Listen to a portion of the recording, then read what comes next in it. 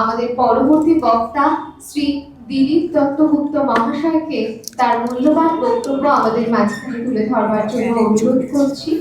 Archaeological chemist, directorate of archaeology and museum, government of West Bengal, guest lecture Maulana Abul Kalam Azad, university of technology.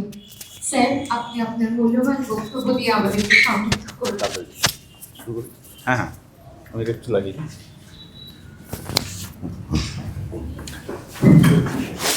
আপনাদের সকলকে ধন্যবাদ জানিয়ে আমি শুরু করি, কেননা সময়টা আমরা এগিয়ে গেছি এবং এতক্ষণ ধরে এত সুন্দর সুন্দর কথাগুলো শুনলাম, মানে আমারই মানে আর এরপরে আর কিছু বলতে ইচ্ছা করছে না। সত্যি কথা বলতে মন থেকে বলছি কথাটা। আমার উপর দায়িত্বটা হচ্ছে আজকের দিনটা যে কারণে প্রতিপালিত হচ্ছে সেই জায়গাটাকে তুলে ধরার। ওয়ার্ল্ড হেরিটেজ ডে, এই ওয়ার্ল্ড হেরিটেজ ডেটা কি, কেন আমরা প্রতিপালিত করি, কবে হয়, এই ছোট্ট কয়েকটা বিষয় আপনারা আমার থেকে হয়তো বেশি জানেন, কিন্তু যেহেতু আজকের বিষয়টা এটা সেমিনারের বিষয়টা, তো কাজেই আমার ওপরই তো দায়িত্ব পড়েছে তো এই বিষয়টা বলার জন্য। তাই প্রথমে প্রাথমিকভাবে কয়েকটা কথা বলে নিচ্ছি। আমরা সবাই ইউনেস্কোর কথা জানি। ইউনেস্কোর এই এপ্রিল 18 এই তারিখটিকে ওয়ার্ল্ড হেরিটেজ ডে হিসাবে সিদ্ধান্ত নিয়েছে, পালন করার জন্য সিদ্ধান্ত নিয়েছে, এবং সারা পৃথিবীব্যাপী আজকের দিনটা এরকম ছোট ছোট অনুষ্ঠানের মাধ্যমে পালিত হচ্ছে। 1982 সালে ইউনেস্কোর কমিটি এই সিদ্ধান্ত নেয়। কতগুলো তথ্যটা আমাদের সবারই জানা দরকার বলে এই তথ্যগুলো উল্লেখ করছি। কচকচানি বেশি করব না, তথ্যের কচকচানিতে বেশি যাব না। কিন্তু 1982 সালে এই সিদ্ধান্তটা গৃহীত হয় ইউনেস্কোতে, এবং তারপর থেকে প্রতি বছর এক একটা থিমের ওপরে ওয়ার্ল্ড হেরিটেজ ডেটা প্রতিপালিত হয়। এবছর 2024 সালে এই থিমটা হচ্ছে আমাদের ডিসকভার অ্যান্ড এক্সপিরিয়েন্স ডাইভার্সিটি।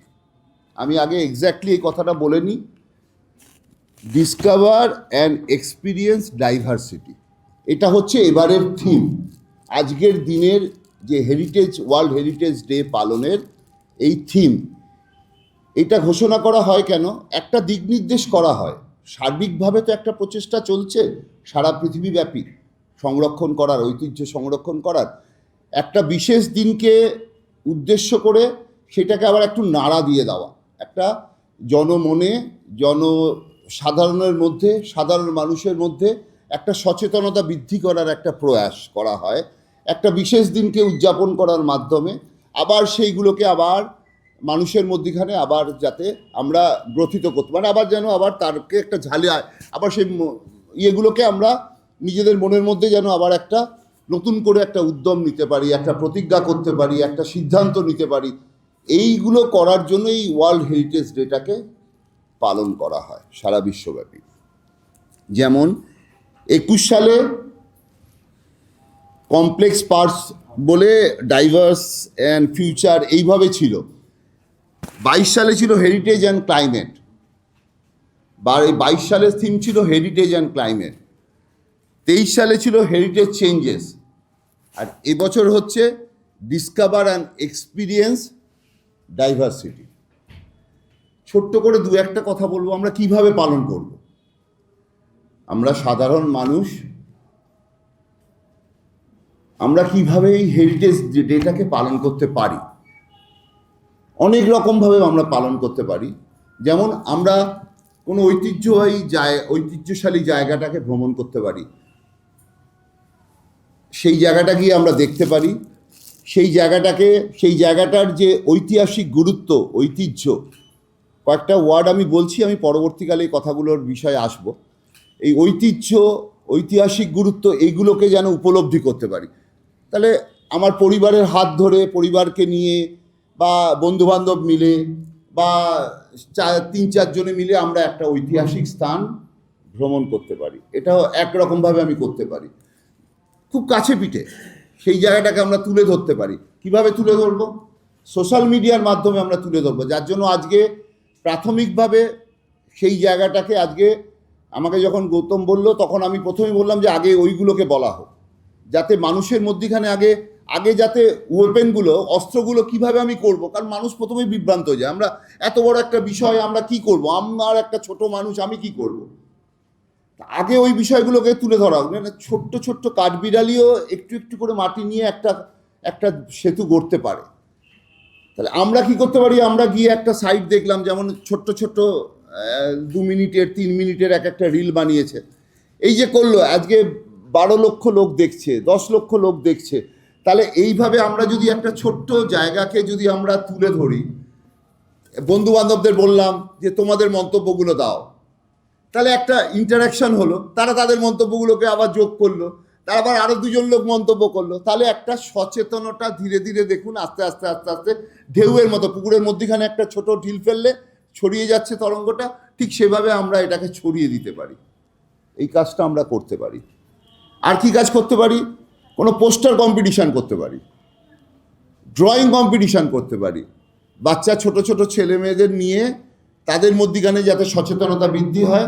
আমরা ছোট একটা ড্রয়িং কম্পিটিশান করলাম, বেশি কষ্ট নয়, একটা পোস্টার এক্সিবিশন করলাম, বা কোনো একটা থিমের ওপরে ঐতিহাসিক তথ্য নিয়ে, আমার এলাকার একটা ঐতিহাসিক তথ্য নিয়ে আমি একটা ছোট্ট একটা বক্তৃতা প্রতিযোগিতার আয়োজন করলাম।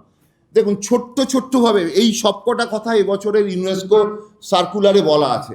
এইভাবে ছোট ছোটভাবে যে ডাইভার্সিটিটা আছে, আমাদের যে ঐতিহ্য এবং তার ডাইভার্সিটি, দেখুন দুটো ওয়ার্ড আছে, ডিসকভার অ্যান্ড এক্সপিরিয়েন্স। দুটো কথার কিন্তু আপনারা আমার থেকে অনেক পণ্ডিত মানুষরা এখানে আছেন, আমার মনে হয় দুটো কথার ব্যাখ্যা আমি আর দিতে চাইছি না। ডিসকভারি, একটা জিনিসকে ডিসকভার করা, এবং এক্সপিরিয়েন্স করা, যেটা এবারের থিম। আমি আর বিশেষ যেতে চাইছি না, কারণ আপনারা বুঝতে পারছেন আমি কি বলতে চাইছি। ডিসকভার করা মানে একটা ছোট দরজা খোলা, তার থেকে আরেকটা দরজা খোলা, তার থেকে আরেকটা দরজা খোলা, আরেকটা দরজা খোলা। আমার কাছে একটা দুনিয়া, আস্তে আস্তে একটা জায়গা, যেমন আজকে নীলগঞ্জটা নিয়ে স্যার বললেন, দেখুন আমাদের কাছে অনেকেই আমরা শুনেছি, কিন্তু কতগুলো দরজা দেখুন ছোট ছোট করে টুকটুক করে ওপেন হয়ে গেল। আমাদের মধ্যে একটা কোথাও যেন একটা নাড়া দিল, ঘন্টাগুলো নাড়া দিল কোথাও, এই যে ভালো লাগা, কোথাও একটা আনন্দ পেলাম, কোথাও একটা মনে হলো আমার ভিতর থেকে একটা কোনো আগুন জ্বালিয়ে দিল কেউ, কোথাও একটা ইন্সপিরেশন পেলাম। তো এইগুলো ছোট ছোট ঐতিহ্যবাহী যে স্থানগুলো, সেগুলোকে নিয়ে আমরা এই কাজটা কিন্তু করতে পারি। এই ডিসকভারিটা আমাদের এবছরে করার কথার জন্য বলেছে, এবং তার সঙ্গে বলেছে এক্সপিরিয়েন্স করা। এক্সপিরিয়েন্স মানে আমি যদি আগে না বুঝি, আমি তো কাউকেই বোঝাতে পারবো না। কারণ আমাদের মধ্যে একটা ছোট্ট ঘটনা বলি, আজকে খুব সিরিয়াস আলোচনা হচ্ছে, তার মধ্যেখানে এত গুরুগম্ভীর না করে। ধরুন কালকেই একটা ঘটনা ঘটেছে, রাম মন্দির উদ্বোধন হয়েছে, সূর্য তিলক এসে পড়েছে, সূর্যের আলোকটা এসে সরাসরি মূর্তির মাথার উপরে পড়েছে। আপনাদেরকে একটা কথা বলি, আপনারা আমার সঙ্গে একমত হবেন, কোণারক সূর্য মন্দির আপনারা দেখেছেন? তখন কিন্তু আর্টিফিশিয়াল ইন্টেলিজেন্স ছিল না, এত স্কেল, কম্পাস, অ্যাকুরেসি, এই ব্যাপারগুলো ছিল না, কিন্তু সূর্যের আলোক কিন্তু এসে সরাসরি পড়তো বিগ্রহের কপালে। তাহলে আমরা আজকে যে কথাটা বলছি, আমি বলছি না তখনকার দিনে টেকনোলজি অনেক উন্নত ছিল, টেকনোলজি যতটা ছিল, যেখানে ছিল, সেটা কিন্তু মাটির সঙ্গে লড়াই করে, মাটির সঙ্গে তারা সেটাকে সংগ্রাম করে সেই জায়গাটাকে অ্যাচিভ করেছিল। আমরা আজকে আর্টিফিশিয়াল ইন্টেলিজেন্স দিয়ে করতে চাইছি। আর্টিফিশিয়াল ইন্টেলিজেন্স একদিন আমাদেরকে ছুঁড়ে ফেলে দেবে। ঐতিহ্য যদি আমরা ধরে রাখতে না পারি, এই আর্টিফিশিয়াল ইন্টেলিজেন্স আপনাকে একটা বিকল্প ঐতিহ্যের সন্ধান দিয়ে দেবে, যে ঐতিহ্যটা আমাদের নয়। এবং বিশেষ করে আমি কেন এই কথাটা বললাম, আপনারা আশা করি বুঝতে পারছেন কেন এক্সপিরিয়েন্স কথাটা বলা হয়েছে। আমরা প্রত্যেকে অনুভব করতে হবে, আমাদেরকে বুঝতে হবে, প্রথমে নিজেদেরকে বুঝতে হবে যে আমরা আজকে কোন জায়গায় আছি এবং আমাদের ঐতিহ্যটা কি। ঐতিহ্য মানে ধর্ম নয়, ঐতিহ্য মানে কোনো মন্দির নয়, ঐতিহ্য মানে কোনো অবয়ব একটা কাঠামো নয়। ঐতিহ্য তার থেকে অনেক বড়, অনেক বড়, অনেক ব্যাপক। সেই ঐতিহ্যর ব্যাপ্তিটা যদি আমি বুঝতে না পারি, তাহলে আমি পরবর্তী প্রজন্মের কাছে, আমি নিজে এক্সপিরিয়েন্স না করলে পরবর্তী প্রজন্মের কাছে এটাকে ছড়াতে পারবো না। এবং যদি না ছড়াতে পারি, তাহলে আমি সমাজের প্রতি আমাদের যে দায়িত্বটা আছে সেই কর্তব্য থেকে আমরা চ্যুত হলাম। কেননা এই অতীতটা তাকিয়ে আছে আমাদের দিকে, যাতে আমরা পরবর্তী প্রজন্মের কাছে সেটাকে তুলে ধরতে পারি। আমরা আজও বিশ্বাস করি হরপ্পার স্ক্রিপ্টটা আজকে পড়া হয়নি, তা বলে কি হরপ্পার স্ক্রিপ্টটাকে ভেঙে ফেলা হচ্ছে, আমরা নষ্ট করে ফেলে দেবো? আমরা আশা করব আমরা পারিনি, কিন্তু আমাদের পরবর্তী প্রজন্ম সেটাকে একটা আবিষ্কার করবে। আমি যদি আজকে যে হেরিটেজ, এই ঐতিহ্যকে যদি আমি না সংরক্ষণ করতে পারি, আমার বিষয়ে আমি ঢুকে পড়লাম, নিজের বিষয়ে এত বছর ধরে 32 বছর ধরে কাজ করেছি এই সংরক্ষণটা যদি আমি না করতে পারি, আত্মস্থ যদি আমি না করতে পারি, সংরক্ষণ না করতে পারি, তাহলে আমি পরবর্তী প্রজন্মের কাছে আমি এই বিষয়গুলোকে তুলে ধরতে পারবো না। ঐতিহ্যটা কোথায় আমাদের হারিয়ে যাবে। ঐতিহ্য মানে উত্তরাধিকার, ঐতিহ্য মানে যেটা আমি পেয়েছি। তাহলে তারা যদি না পায়, আমাদের মাধ্যমে দিয়ে যদি না পায়, তাহলে আমরা যথারীতি লিঙ্কটা কেটে দিচ্ছি, লিঙ্কটা ডিলিঙ্ক হয়ে যাচ্ছে, তাই তো? একটা কথা বলি, জন্মিলে মরিতে হবে, অমরকে কোথা পাবে, তাই তো? সহজ কথা, কত সহজভাবে বলা। আমাদের ঐতিহ্যের জন্য কিন্তু সেটাও সত্যি কথা, খুব ঘোরতর সত্যি কথা। যে বাড়িটা আজকে তৈরি হয়েছে, যে তাজমহলটা আজকে তৈরি হয়েছে, একটা কোনো উদ্দেশ্য নিয়ে তৈরি হয়েছে, একটা ঐতিহ্য, তারপরে সেটা ঐতিহ্যশালী হয়ে গেছে।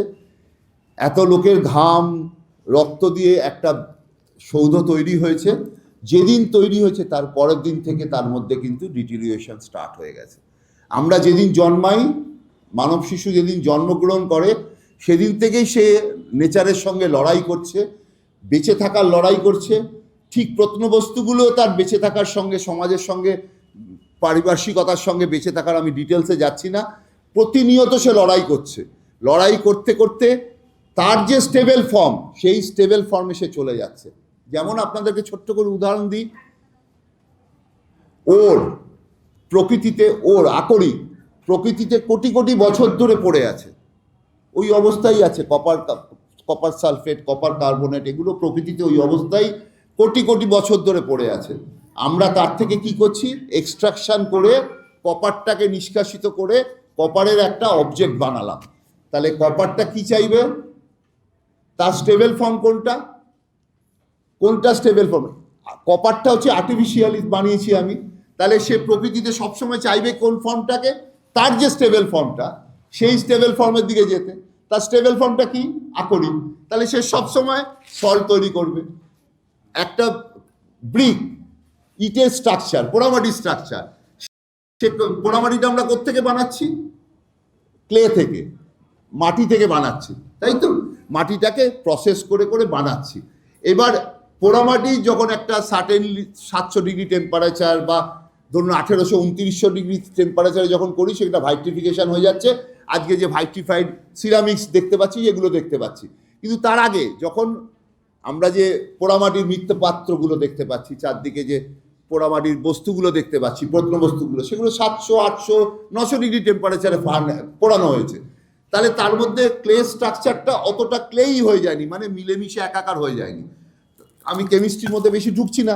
এরপরে ও চাইবে কি, ওর স্টেবল ফর্মটা কি, প্রকৃতিতে কোন ফর্মে সে পাওয়া যায়, ক্লে। তাহলে ও চাইবে কি, সবসময় চাইবে সেই ক্লেতে আবার ফেরত আসা। ওই জন্য ওটা গুঁড়ো হয়ে যায়, নোনা ধরে যায়, আমরা বিভিন্নভাবে তাকে ব্যাখ্যা করি। কিন্তু দিস ইজ এনার্জিটিক্যালি স্টেবল। সে প্রকৃতিতে যেটা চাইছে, সে কিন্তু সেই পথেই যাচ্ছে। তাহলে হোয়াট ইজ আওয়ার রোল? আমাদের রোলটা কি? আমাদের রোল তো এটাকে আমি বন্ধ করতে পারবো না। আমরা কি জরা, আমরা মাথার চুল আমার পাকবেই, চুলে কপালে বলিরেখা দেখা দেবেই, যতই আমি সানস্ক্রিন মাখি আর যাই করি, সেটাকে যত দেরি করাই না কেন, কিন্তু একদিন না একদিন আমার এগুলো ধীরে ধীরে ধীরে ধীরে হবেই। তো সেইটাকে আমরা করতে পারি কি? আমরা কনজারভেটররা কি করতে পারি, বা আমরা সাধারণ মানুষ এটাকে কি করতে পারি? এই যে ডিটিরিওরেশন হচ্ছে, এক ফর্ম থেকে আরেক ফর্মে যাচ্ছে, এই পিরিয়ডটা হয়তো বা 5 বছরে চলে যেত, আমরা এটাকে 50 বছর করতে পারি, আমরা এটাকে 500 বছর করতে পারি। যে যত বড় ভালো কনজারভেশন জানে, সে যত মন দিয়ে কনজারভেশনটা করবে, সেই ফ্রেমটাকে, টাইম ফ্রেমটাকে বাড়ানোর চেষ্টা করবে। কিন্তু সেও জানে এই বস্তুটা একদিন এই ফর্ম থেকে আরেকটা ফর্মে চলে যাবে, কিন্তু সেইটাকে আমরা যতদিন আমাদের কাছে ধরে রাখতে পারি। অবহেলা হলে কি হবে? অবহেলা হলে কি হবে? ওই বস্তুটা নেচারের সঙ্গে সরাসরি রিয়াকশন করবে এবং ওই ডিটিরিওরেশনটা অনেক ফাস্টার রেটে হবে, কারণ নেচার চাইছে সেটা, প্রকৃতি তো সেটাই চাইছে। একটা কথা ভালো করে বুঝে দেখুন, প্রকৃতি কিন্তু চাইছে ডিটিরিওরেশনটা। আর কিছু কিছু ক্ষেত্রে ডিটিরিওরেশনটা হয় আমাদের অবহেলার জন্য, যেমন পোকায় কেটে দেওয়া, পোকামাকড়ের উপদ্রব হওয়া, যেটা একটু আগে আমার সঙ্গে আলোচনা হচ্ছিল। তো এগুলো কিছুটা হয়। তারাও দেখুন, পোকার তো অপরাধ নেই। টার্মাইট পৃথিবীতে আমাদের আগে এসছে, মানুষের আগে এসছে টার্মাইট, পিঁপড়ে।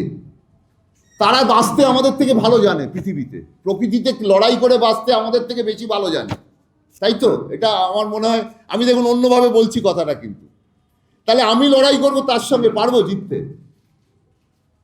আমার উচিত, আমার এটা কি হবে? আমি যতই লড়াই করি না কেন, টার্মাইট কিন্তু বেঁচে থাকার ক্ষমতা অসীম তাদের। তারা এক জায়গা থেকে আরেক জায়গায় পালিয়ে চলে যাবে। ওই ছোট্ট ছোট্ট পোকাগুলো ভাবুন, যাদের নখ, দাঁত, বিষ এইসব কিছু নেই, কিরম দেওয়ালের ভিতর দিয়ে ফুরিয়ে বেরিয়ে চলে যাচ্ছে। পিঁপড়ে কোথায় নেই বলুন? তাহলে তাদের সঙ্গে যখন আমাদের লড়াই করতে হচ্ছে, এই শক্তিগুলোর সঙ্গে যখন লড়াই করা, সেইটা আমরা করতে পারি। সেই জায়গাটা আমরা কিছুটা, মানুষ তাদের অবশ্যই তার মেধা আছে, তার উপরে মাথা আছে, নানা রকম বিকল্প পথ আছে, ভাবনা চিন্তা করে সেই লড়াইটা করতে পারে, কিন্তু প্রকৃতির বিরুদ্ধে তো পারবো না। তাহলে যে ডিটিরিওরেশনটা প্রাকৃতিক কারণে হয়, সেইটা আমরা রোধ করতে পারি না, সেটাকে আমরা প্রলং করতে পারি। আরেকটা বিষয় বলতে চাই, সংরক্ষণের বিষয়ে অনেক সময় আমাদের মধ্যে একটা ধারণা আছে, এই বস্তুটা আমার কাছে আছে মানে আমি এটার মালিক,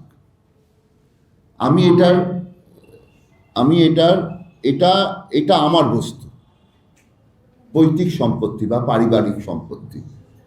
কিন্তু ঐতিহ্যশালী বস্তু 1957 অ্যাক্ট আছে, 1972 অ্যাক্ট আছে, সেই অনুযায়ী এটা কিন্তু পুরোপুরি সরকারি সম্পত্তি। আমরা তার ধারক এবং বাহক। যেরকম আমেরিকাতে ধরুন কোনো, আমি ইন্ডিয়ান সিটিজেন গেলাম সেখানে, বা ইন্ডিয়াতেই ধরুন আমাদের কোনো সন্তান জন্মালো, তাহলে বাই বার্থ সে হয়ে গেল আমেরিকান সিটিজেন, আর আমরা হয়ে গেলাম তার রক্ষক। তাহলে যদি কোনো গন্ডগোল হয়, পুলিশ কিন্তু আমাদেরকে ধরবে, কারণ ও হচ্ছে সিটিজেন।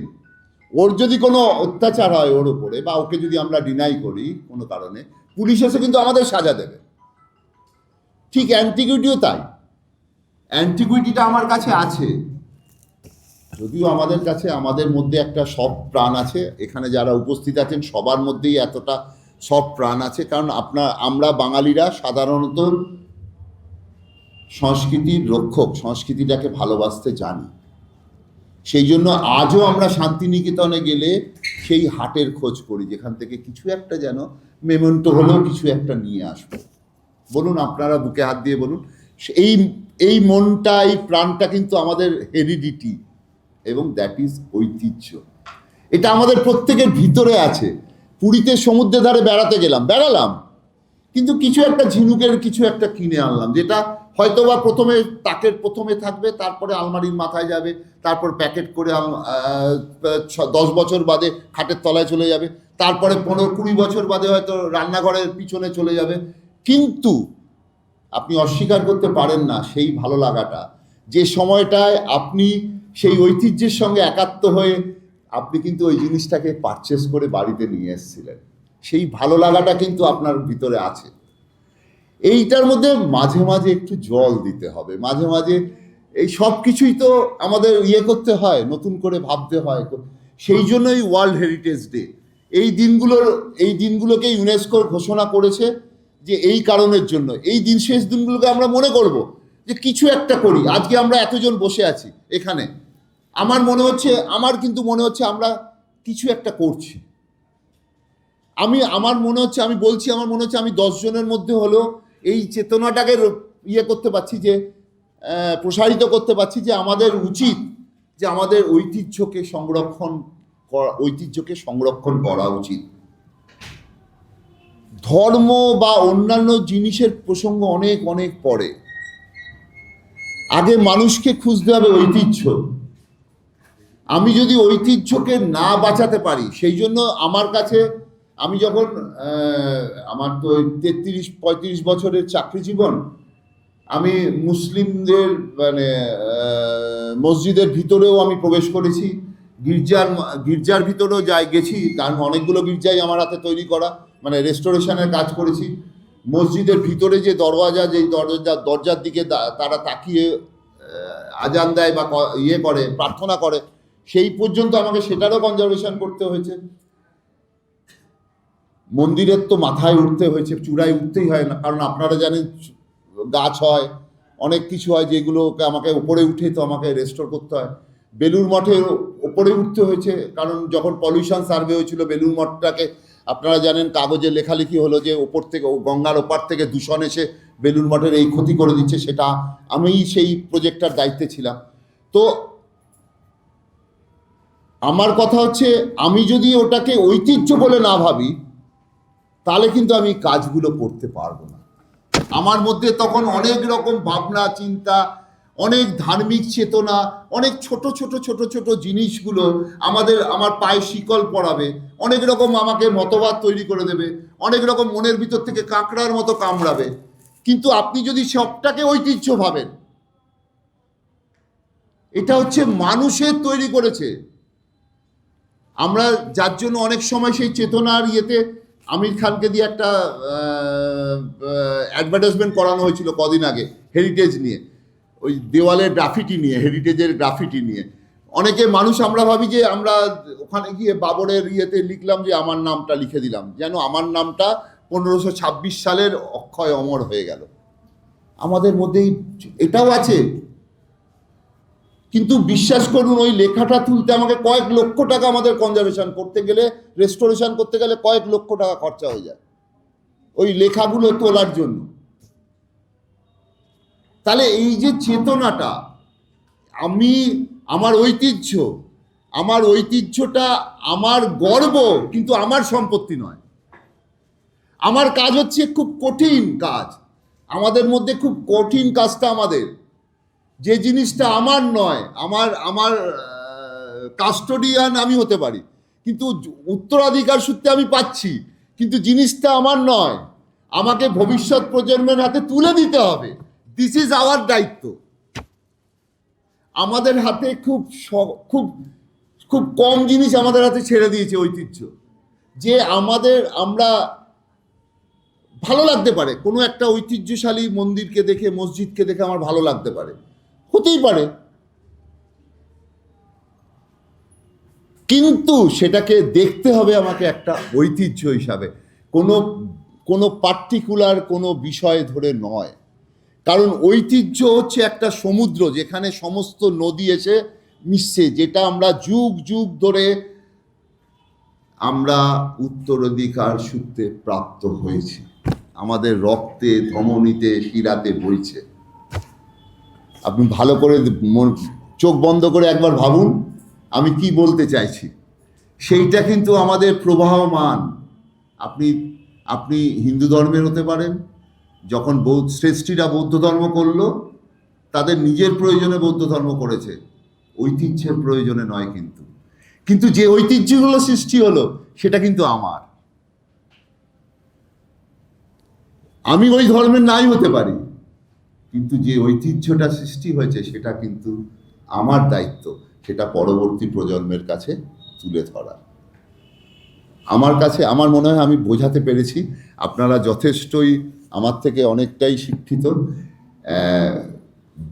হ্যাঁ, বলুন বলতে চাইলে স্যার বলবেন না, বলুন যে দাদা করে বলুন, তাও ঠিক আছে।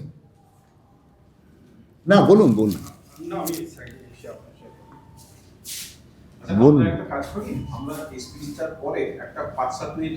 হ্যাঁ, সেটা করলে সেটা করলেও ভালো।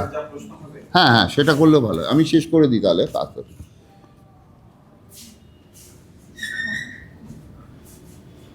কঠোর বাস্তব হচ্ছে আমরা ইউজ অ্যান্ড থ্রো এর যুগে এখন চলে এসেছি। আর্টিফিশিয়াল ইন্টেলিজেন্স আগে বলেছি, তারপরে এখন হচ্ছে ইউজ অ্যান্ড থ্রো। 5 টাকার পেনটা ব্যবহার করার পরে আমরা ফেলে দিই। বাবার ব্যবহৃত পেন বলে আমার কাছে আর কোনো সেন্টিমেন্ট কাজ করে না। ইউজ অ্যান্ড থ্রো এমন একটা কমোডিটির সময় এসছে যেখানে একটা বাড়ি ভেঙে সেটা কমার্শিয়াল মাল্টিপ্লেক্স করলে লাভ আছে।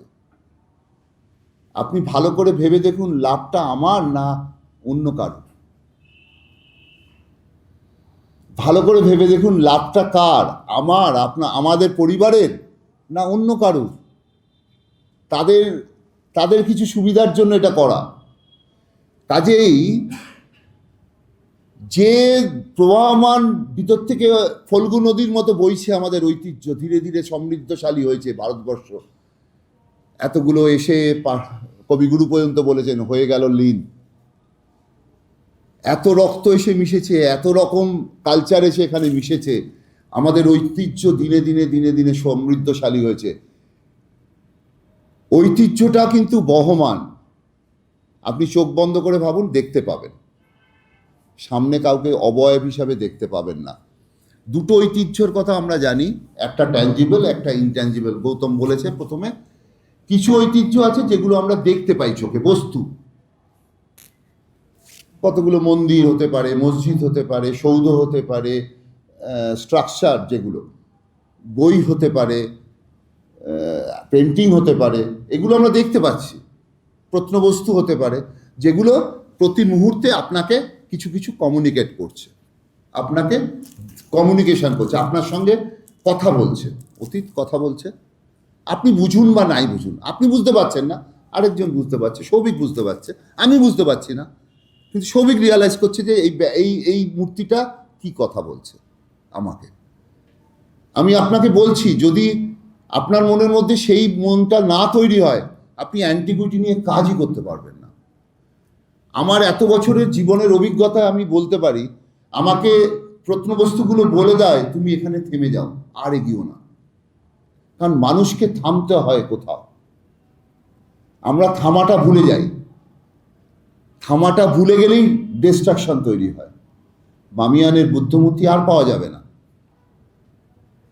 তো এই যে পার্থক্যটা বোঝাতে হবে কিন্তু সাধারণ মানুষকেই, আমাদেরকেই।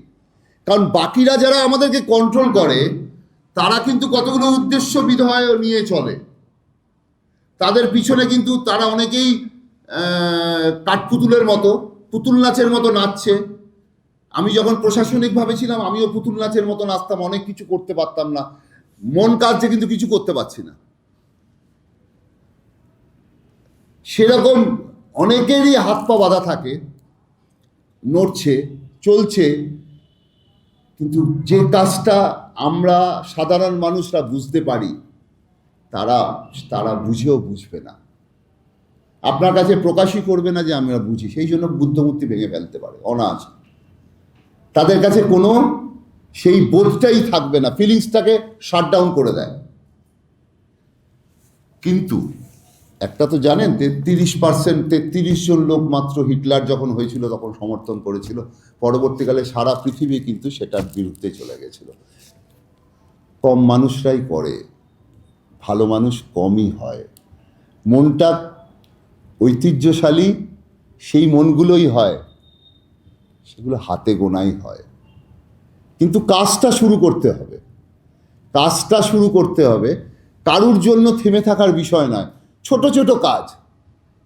দেখুন কত সুন্দর সুন্দর রিল বানিয়েছে। কি হয়েছে আমরা তো জানতামই না। আমরা অনেকগুলো জায়গার স্টেশনের নাম বা তার পরিচিতি জানতাম না। অনেকে আমাদের মেয়েরা, ছেলেমেয়েরা সেইটা সম্বন্ধে জানেই না।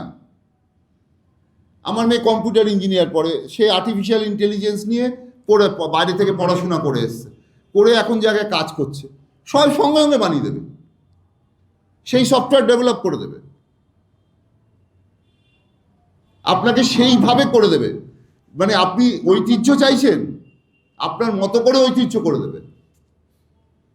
আপনি যদি সেইটাকে আপনার ঐতিহ্য মনে করেন, বেড়াচাপার চন্দ্রকেতুগড়ের না ঘুরে আপনি যদি সেইটাকে যদি আপনার ঐতিহ্য মনে করেন, ফেসবুকে সেই যে তথ্যগুলো বা গুগল দাদা যে তথ্যগুলো দিচ্ছে, কেউ তো আমার আপনার মতো তথ্যগুলোকে ওখানে আপলোড করেছে, কারুর স্বার্থে করেছে। সেই তথ্যগুলোকে আপনি আমাদের ঐতিহ্যশালী স্থানগুলোকে গেলেনই না, তাহলে ওই স্যার যেরকম বললেন সেরকমই হবে। নীলগঞ্জের কথা জালিয়ানওয়ালাবাগের তলায় চাপা পড়ে যাবে। আজকে যদি আমরা 10 জন লোক নীলগঞ্জকে তুলে ধরতাম, আমরা যদি বেড়াচাপার লোকেরা চন্দ্রকেতুগড়কে দিনের পর দিন তুলে ধরতাম, তাহলে হয়তো বেড়াচাপা চন্দ্রকেতুগড় আরো বড় একটা ঐতিহাসিক মানচিত্রে জায়গা পেয়ে যেত। আমরা করেছি, খুব কষ্ট করে করেছে, অনেকেই কষ্ট করে করেছে। আমি তো সবার কথাই জানি, এখানকার কিভাবে মিউজিয়ামটা হয়েছে সেটাও জানি, আমার নিজের হাতে করা, সারাদিন ধরে খেটে খুঁটে করা। তো এবার সেই কষ্টটা আরও কজন মিলে যদি করতো, বেড়াচাপার স্থানীয় মানুষরা করতো, কোথা থেকে যদি স্থানীয় মানুষরা ভাবতো। কেননা আমার মনে হয় তাজমহল বা যে কোনো ঐতিহাসিক সৌধ বা হেরিটেজ বলেন, সেটা কিন্তু সাধারণ মানুষরাই তৈরি করে। কোনো একটা উদ্দেশ্য নিয়ে হয়তো সেটা বানানো হয়েছে, কিন্তু পরবর্তীকালে উদ্দেশ্যটা কিন্তু ধামাচাপা পড়ে যায়, ওইটা হয়ে যায় আমাদের ঐতিহ্য। দেখুন আমি কিন্তু একটা কথা বললাম, আমার আশা করি আপনারা বুঝতে পেরেছেন।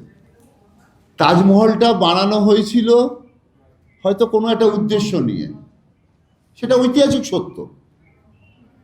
আজকে কিন্তু তাজমহলটা ওয়ার্ল্ড হেরিটেজ সাইট, সারা পৃথিবী থেকে পয়সা এসে সেটাকে সংরক্ষণ করা হচ্ছে।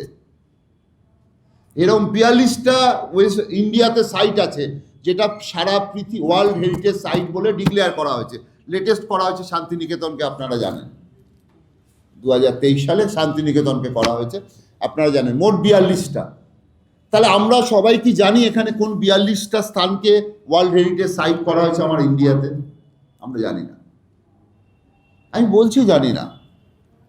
ছোট্ট তথ্য, বা আমার বাড়ির পাশে কোন এই ওয়ার্ল্ড হেরিটেজ সাইটটা আছে, যেটা গিয়ে একবার অন্তত দেখে আসি। সত্যি তো, বিশ্ব ঐতিহ্য দিবসে আমরা গিয়ে একটা ঐতিহ্যশালী জায়গা দেখে এলাম, কোথাও একটা ভাইব্রেশন হয় না? তো এই ভাইব্রেশনটা, এই ফিলিংসটা আমার মনে হয় এই যে কথা কাও কবিতাটা এত সুন্দরভাবে আসছে না, আপনারা যখন দাঁড়াবেন সেখানে, সেই ঐতিহ্য, সেই কোথায় একটা হিস্ট্রির তাৎক্ষণিক যে ঘটনা পরম্পরা, সেইটার দিকে নজর করবেন না। তার যে বৃহত্তর পার্সপেক্টিভ, যেটা ঐতিহ্য আমাদের, যে জায়গাটা সে বহন করছে, সেইটাকে ধরার চেষ্টা করুন। বিশ্ব ঐতিহ্য দিবসে এর বেশি আর কিছু আমি বলতে চাই না। সংরক্ষণ নিয়ে তো অনেক কথাই বলা যায়। আমার মনে হয় যে কোথাও তো আমাকে থামতে হবে, সময়টাও তো একটা ব্যাপার।